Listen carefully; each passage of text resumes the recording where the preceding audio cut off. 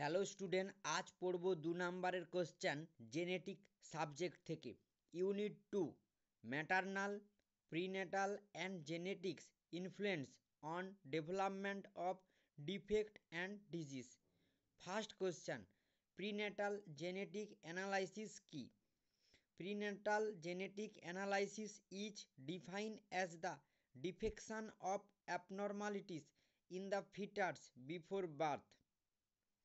Next, mention 2 features of Down syndrome: maternal retardation, growth failure, ছোট মাথা হয়, আর কি হয়, অ্যাবনর্মাল কান আর অ্যাবনর্মাল পেলভিক, ছোট মুখ এবং ছোট হাত হয়। Next, mention 2 merits of chorionic ভিল্লা biopsy কি? কোরিওনিক ভিল্লা বায়োপসির সুফল কি, বা এটা করলে আমরা কি কি জানতে পারি? Help defect chromosomal abnormalities in the yearly stage of pregnancy. যদি অ্যাবনর্মালিটিস থাকে ক্রোমোজোমালে, প্রেগনেন্সির ইয়ারলি স্টেজেই আমরা জানতে পারি। আর কি, help plan treatment strategy if fetus is effective. Fetus যদি এফেক্টিভ হয় তখন তাহলে আমরা একটা সুন্দর প্ল্যানের সাহায্যে তাকে ট্রিটমেন্ট প্রোভাইড করতে পারি। আর কি, help design medical intervention for delivery or immediate surgery if require. আর কি, to check if your baby has a genetics or chromosomal condition such as Down syndrome. Next কি, diagnosis of chromosome abnormalities and diagnosis of certain genetics defect। এগুলো আমরা জানতে পারি যদি আমরা chorionic villus biopsy করি।